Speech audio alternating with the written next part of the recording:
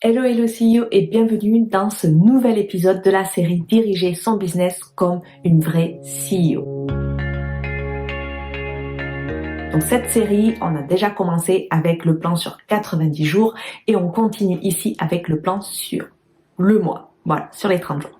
Parce qu'en fait, on sait que la partie la plus amusante en fait d'être CEO, c'est d'être visionnaire, de faire des plans sur la comète, des grands objectifs, se challenger, etc. Mais le véritable travail d'une CEO, c'est de pouvoir être sûr, de s'assurer que on suit le plan, qu'il est exécuté et que vous donniez un élan à votre entreprise, à votre business, pour que tout soit fait, que vous ayez une team ou que vous ne l'ayez pas.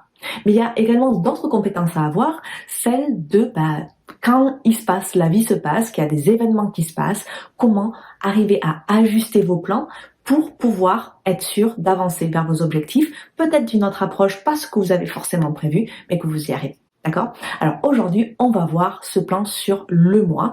Donc vous savez peut-être, j'aime bien faire un rendez-vous CEO, une journée CEO chaque semaine. Et en fait, il y en a une chaque mois. Pendant ce temps, cette journée de CEO, je la consacre pour mon mois. Et là, je vais vérifier plusieurs choses dans mon mois pour être sûr que tout se passe bien comme prévu. Parce que faire un plan sur 90 jours, c'est bien parce que c'est assez loin pour pouvoir être ambitieux, mais assez court pour pouvoir réajuster. Et donc, il vous faut ces points chaque mois pour pouvoir réajuster et être sûr que vous allez vraiment dans le sens de vos objectifs et que vous puissiez les atteindre. Voilà. Parce que, comme on dit, la vie se passe et il faut être flexible. Je vous parlerai plus en détail de ma journée CEO hebdomadaire dans le prochain épisode, mais là je voudrais vous parler un peu, vous donner en fait tout simplement ma checklist, qu'est-ce que je fais pendant mon rendez-vous mensuel CEO. D'accord? Il y a plusieurs choses, donc là ça me permet vraiment de faire le point et d'être sûr que tout est en place ou que j'aille chercher les ressources qui me manquent, que ce soit humaine, autre chose, pour arriver à faire mon plan et que le plan que j'ai fait sur 90 jours que je vous ai mis dans l'épisode précédent, ça ne devient pas juste un nouveau document ou un espace Notion que vous ne regardez plus jamais avant l'année prochaine. D'accord? Donc, je vais vous donner la checklist. Il y a plusieurs points que je mets en place. Donc, la première chose que je fais dans ma journée CEO mensuelle, ça va être de checker mes objectifs annuels pour savoir s'ils sont toujours d'ordre du jour, pour voir si j'ai vraiment avancé vers eux ou si je suis partie dans tous les sens. Donc déjà, je vais revoir tout ça. Parce qu'en fait, on peut voir beaucoup. C'est que quand vous faites un plan même sur 90 jours, en fait, on va faire beaucoup au début de l'année et après on s'épuise, on s'essouffle et on va aussi à droite à gauche parce qu'on a vu ça a l'air intéressant ici, ça a l'air intéressant ici et en fait on n'a rien fait qui va vers nos objectifs. Alors vous avez deux écoles, hein. La première c'est qu'on fait énormément d'efforts donc on s'épuise, la seconde c'est qu'on commence un petit peu, on voit pas forcément les résultats de suite donc on va aller voir ailleurs s'il n'y a pas d'autre stratégie et en fait en faisant comme ça vous vous éloignez de ce que vous voulez. Donc avoir ce check chaque mois, de revoir vos objectifs annuels. Puis, bien sûr, c'est le deuxième point, revoir vos objectifs sur le trimestre. Ça vous permet de vous refocaliser et de vous remettre sur les bons rails si vous êtes allé un peu partout. Si vous êtes comme moi, vous avez plein d'idées à la seconde et donc vous voulez aller un peu partout, vous voulez essayer toutes les stratégies, tous les outils, tout ce que vous pouvez pour faire de nouvelles choses. J'ai des idées de produits, je veux dire tous les jours, je me dis, si je faisais ça, je faisais ça. On se recentre et on se refocus pour voir quels étaient nos objectifs, qu'est-ce qu'on nous devions faire et être sûr que tout va bien. Donc déjà, on se remet sur les bons rails et deux, on voit si les actions qu'on avait prévues sont toujours d'ordre de jour, si les stratégies sont toujours les bonnes par rapport aux éléments qu'on a aujourd'hui. Parce que les décisions que vous avez prises peut-être un mois avant ou 2 mois avant, étaient peut-être bonnes à ce moment-là. Sauf que vous avez peut-être évolué, peut-être qu'il y a eu des événements qui ont fait peut-être des opportunités, c'est pas forcément des choses mauvaises, des opportunités qui sont présentées et qui peuvent vous donner un autre élan. Donc c'est bien de revoir tout ça et ensuite, dans un second temps, de dire ok, est-ce que mes stratégies aujourd'hui, ce que j'avais prévu, est toujours d'ordre de jour ou est-ce qu'il faut que je les ajuste? Donc quand vous regardez vos objectifs sur le trimestre, je vous demande pas de juste regarder votre objectif en termes, on avait vu, allez voir la vidéo juste avant, je vous mets juste ici pour aller revoir tout ça, mais on a vu normalement que vous avez mis en place pour le premier mois, deuxième mois et troisième mois du trimestre, du temps libre. Vous avez dû faire ça. Tout ce qui est quelle offre vous mettez en avant et que vous avez vendu. Vous avez vu aussi les étapes de marketing, donc il y en a 3. Donc attirer du monde, comment vous attirez des gens, comment vous mettez votre visibilité pour les gens qui ne vous connaissent pas, comment vous les invitez dans votre monde, et ensuite comment vous avez engagé avec ces personnes-là, d'accord? Et ensuite vous avez l'avancement des projets. Donc là il faut vraiment arriver à voir toutes ces étapes-là, déjà pour voir ce qui s'est passé le mois dernier. Donc voyez ce que vous avez fait le mois dernier. Est-ce que vous avez pris le temps libre que vous aviez donné? Est-ce que vous avez vraiment fait ça? Est-ce que vous avez déjà pris du temps libre? Ça serait intéressant, parce que des fois on se dit, ok, ce mois-ci je travaille pas tous les lundis, ou ce lundi, ce vendredi je travaille pas, mais en fait on a fait autre chose. C'est bien de faire une petite rétrospection pour voir ce que vous avez vraiment fait. Donc vous allez voir ça, vous allez voir si vous avez vraiment vos stratégies d'attraction ou pas. Vous allez voir également tout ce qui est donc le reste du marketing, de la vente. Vous pouvez aller voir vos résultats, et donc là vous avez plusieurs données à regarder. Donc les données à regarder, on appelle ça les KPI, en fait, c'est des indicateurs de performance. Donc j'espère que vous en avez. Si vous en avez pas, dites-le moi en commentaire, peut-être que je ferai une petite vidéo sur ça. Mais généralement, moi j'aime pas aller chercher tous les KPI, les indicateurs de performance partout. Je vais pas aller voir combien j'ai gagné de followers sur Instagram, combien sont partis, ce genre de choses. Moi je suis pas très là-dedans, sauf s'il y a vraiment un gros objectif derrière. Donc si par exemple je m'étais mis comme objectif de mettre en avant mon mini cours sur optimiser son temps et maximiser son profit, et que je me suis dit, ben voilà, j'aimerais avoir plus de 100 personnes en plus ce mois-ci dans ma liste email, là peut-être je vais aller voir mes emails et voir un peu les indicateurs de performance. Mais là, ce qu'on veut voir, c'est vraiment par rapport à vos objectifs. Donc par exemple, ici, j'avais donné dans l'épisode précédent, par exemple, de se faire inviter, que ce soit sur Instagram ou sur des podcasts. Donc je vais me présenter chez quelqu'un et que je vais faire donc un interview ou quelque chose comme ça. Là, peut-être que mon KPI, mon indicateur de performance, ça serait de savoir un pourcentage de combien de personnes en fait j'ai contacté vraiment. Donc peut-être que je m'étais dit je vais contacter 20 personnes, peut-être que j'en aurais contacté que 15. Donc qu'est-ce qui s'est passé? Pourquoi je n'ai pas pu en demander autant? Donc il y a peut-être cet indicateur à regarder. Donc il faut analyser bien sûr les indicateurs. C'est pas juste les mettre dans votre tableau et de rien en faire. Bien sûr il faut aller les voir. Donc peut-être que je me suis dit ok. Donc là j'avais dit que j'allais voir 20 personnes, j'en ai fait que 15. Ok. Par contre, je m'étais dit qu'il y avait 20 personnes de contactées et 50% de réussite pour être vraiment invité. Et là, je me suis rendu compte que j'en ai fait moins. J'en ai peut-être invité, j'ai demandé, faire des demandes, un peu moins de demandes parce que j'en ai fait que 15. Mais par contre, j'ai 10 personnes qui m'ont dit oui. Donc là, on est dans des bons pourcentages et donc je peux réajuster peut-être le mois prochain, me dire le mois prochain pareil, je vais refaire une sélection plus précise des personnes à qui je vais demander des interviews. Enfin, me faire inviter et peut-être que je vais en prendre que 15 le mois prochain et par contre être sûr d'avoir un bon pitch, etc. pour que me faire accepter, d'accord? Donc vous allez vous ajuster. Et c'est vraiment là le rôle du CEO. Vous voyez bien que c'est pas juste mettre des chiffres dans un tableau de performance, d'accord, des indicateurs de performance. Je vois trop souvent des gens qui disent c'est ma journée CEO, donc il faut que je mette mes chiffres dans mon tableau. Non, les chiffres dans le tableau c'est fait par l'administrateur, d'accord? Si vous avez une assistante, elle vous le fait. Si c'est vous, vous le prenez dans votre temps d'administration. Ce n'est pas, franchement, posez-vous la question. Si on vous payait 10 000 € l'heure en tant que CEO, est-ce que vous croyez vraiment que vous allez mettre les chiffres dans le tableau? Je pense pas. Donc du coup, ici, c'est vraiment l'analyse. Vous devez être un vrai stratège pour pouvoir analyser et réajuster vos plans. Donc comme je vous dis, par exemple, pour le marketing d'attraction, j'ai demandé à moins de personnes. Donc, pourquoi? Qu'est-ce qui s'est passé? Est-ce que c'est un truc de temps ou pas? Ou est-ce que, en fait, non, j'ai demandé à moins de personnes parce que beaucoup de personnes ont dit oui. Voilà. Donc là, c'est là à vous d'ajuster vos plans et donc peut-être de faire moins de demandes ou de reprendre ce pitch qui a bien marché, etc. D'accord? Donc, c'est à vous de faire ça.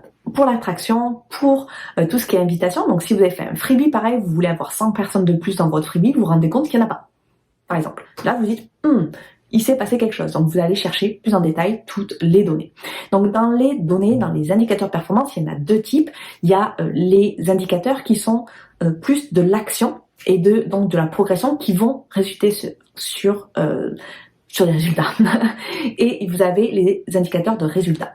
Tout ce qui est argent. Vous avez tant gagné ce mois-ci, vous avez fait tant de ventes. Ça, c'est un constat. d'accord, c'est un indicateur de résultat. Vous pouvez pas agir dessus, d'accord. Si vous avez fait, je sais pas moi, 2000 € le mois dernier, vous avez fait 2000 €. Vous pouvez pas agir dessus, d'accord.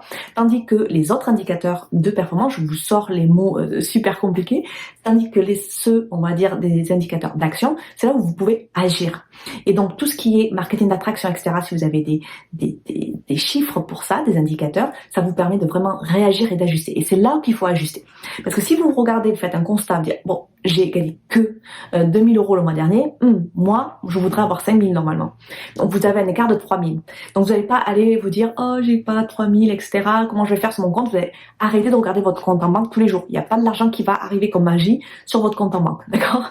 Mais par contre, vous pouvez agir sur les indicateurs d'action, comme le marketing d'attraction. Et je vous dis, si vous êtes dans les premières années de votre business, que votre business voit encore des hauts, des bas, etc., focalisez-vous à fond sur le marketing d'attraction pour attirer vraiment les personnes qui sont vos clients idéaux. D'accord ?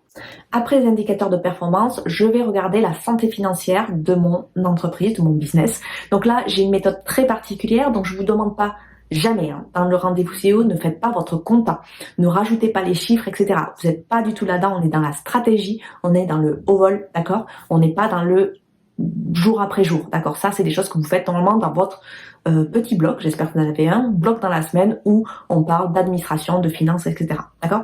Donc là, on va regarder la santé financière de son business, on va voir où c'est qu'on a dépensé de l'argent, est-ce qu'on a dépensé trop, pas assez, etc. Sur ce point-là, j'applique une approche très particulière qui est d'un livre qui est juste ici, qui s'appelle Profit d'abord, vous l'avez en français si vous le voulez, et ça, c'est une technique en fait pour diviser l'argent qui arrive, pour être sûr d'avoir une part qui va en profit, une part qui va pour le salaire, une part qui va dans tout ce qui est les taxes, on va dire, les impôts, les URSSAF, etc. Ça va dépendre vos chiffres, bien sûr, par rapport à votre business, si vous êtes en micro-entreprise ou pas, ou si vous êtes à l'étranger ou pas, tous les chiffres sont différents. Et bien sûr, tout ce qui est, j'appelle ça OPEX, parce que c'est comme ça qu'on dit en anglais, mais c'est toutes les dépenses de votre business. Et généralement, si on ne divise pas avec certains pourcentages, si vous n'avez pas vos budgets par rapport à ça, le problème qui se pose beaucoup, c'est qu'en fait, vous dépensez énormément d'argent que vous n'avez pas en fait. Parce que par exemple, les impôts, c'est une fois par an, ou si peut-être vous l'avez un peu en mensuel, mais ça se réajuste, et du coup, vous ne prévoyez pas l'argent qui doit partir. D'accord. Et ça, c'est très important. Moi, je divise dans le premier, au bout du premier 15 jours, je regarde un peu comment ça se passait et je vais prendre des pourcentages selon ce que j'ai reçu, pas ce que j'ai vendu. D'accord. Et donc, du coup, ça m'assure qu'à chaque fois, j'ai un minimum de salaire, j'ai un minimum dans mes profits qui rapportent, parce que c'est des comptes qui rapportent, et que j'ai assez, de toute façon pour les URSSAF, j'enlève directement mes 21,3%. Je ne réfléchis même pas, je les mets dans un compte spécial et dès qu'il faut les payer, ils sont là. Voilà. Mes impôts, pareil, j'enlève à peu près, bon moi je suis expat, donc du coup mon pourcentage d'impôt est assez énorme, donc là il faut que j'enlève à peu près de 18% minimum de ce qui m'arrive. Donc je fais tout ça et je regarde bien mes pourcentages. En fait, c'est ce que je fais pendant cette journée, donc généralement je fais 2 fois par mois pour moi, mais je vais re-regarder donc ce qui s'est passé dans le mois pour voir si mes pourcentages étaient ok, est-ce que j'ai bien gardé mon argent, est-ce que je l'ai bien dépensé, etc. Est-ce qu'il y a eu des moments où ça a été juste, pourquoi, comment je peux être proactif. Si vous faites ces petits rendez-vous CEO, donc on en reparlera pour les hebdomadaires, mais surtout au moins du mois, ça vous permet d'être proactif sur votre business, de réajuster tant qu'il est temps. Parce que si vous attendez à chaque fois la fin du trimestre pour reprendre des stratégies, etc., vous allez vous casser la gueule parce qu'on ne sait pas ce qui se passe dans la vie. Vous évoluez de mois en mois, de jour en jour, et donc du coup, votre business aussi, vos stratégies aussi. Ça ne veut pas dire que vous changez de stratégie, attention, c'est juste de les réajuster correctement, d'accord? Donc du coup, par rapport à tout ça, normalement, vous êtes arrivé à plusieurs constats, des choses qui sont à améliorer, des choses qui sont à garder, des choses qui sont à optimiser, même de faire encore plus, etc. Selon tous ces petits constats, vous allez faire des ajustements. Vous allez voir qu'est-ce qui est à ajuster. Et là, il va falloir mettre des plans en place, d'accord? Donc vous allez dire, ok, donc là, comme on a dit, par exemple, pour le marketing d'attraction, pas besoin de faire trop de personnes, d'aller trop chercher. Par contre, il faut qu'il y ait un pitch qui marche. Ça a marché le mois dernier, réessayons avec un peu moins de personnes ce mois-ci, mais avec, donc, en améliorant peut-être le pitch, en le rendant un peu plus automatique, etc. Voilà. Vous pouvez faire des choses comme ça. Si vous avez trop dépensé d'argent, par exemple, revoir vos priorités, revoir vos limites, etc. Donc, vous allez vous créer un plan de tout ce qui doit être amélioré, ajusté, changé pour votre mois qui arrive. Donc, vous reprenez votre plan de 90 jours, que vous avez fait dans l'épisode précédent, j'espère, et vous allez réajuster les petites stratégies et vos post-it. Normalement, vous avez fait la méthode des post-it pour arriver à faire toutes vos priorités selon les semaines, etc. D'accord?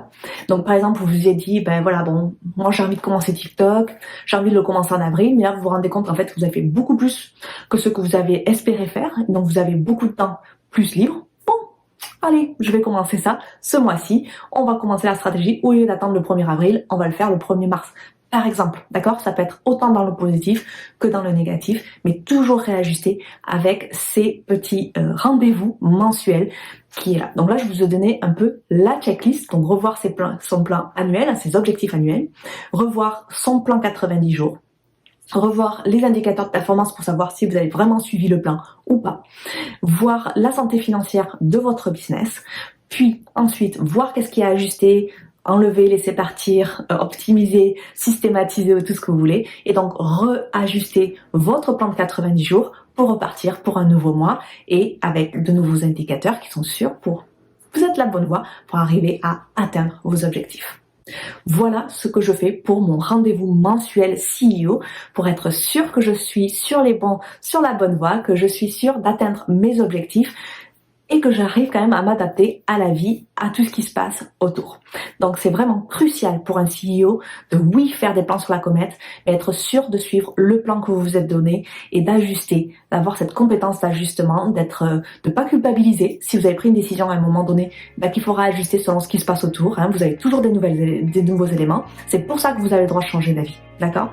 Voilà pour ce petit épisode et on se retrouve dans le prochain épisode où je vous explique là, par contre, comment diriger son entreprise en planifiant sur la semaine. Et on va parler bien sûr du rendez-vous CEO hebdomadaire, mais d'autres choses également. Donc on se retrouve très vite dans la prochaine vidéo. Bye!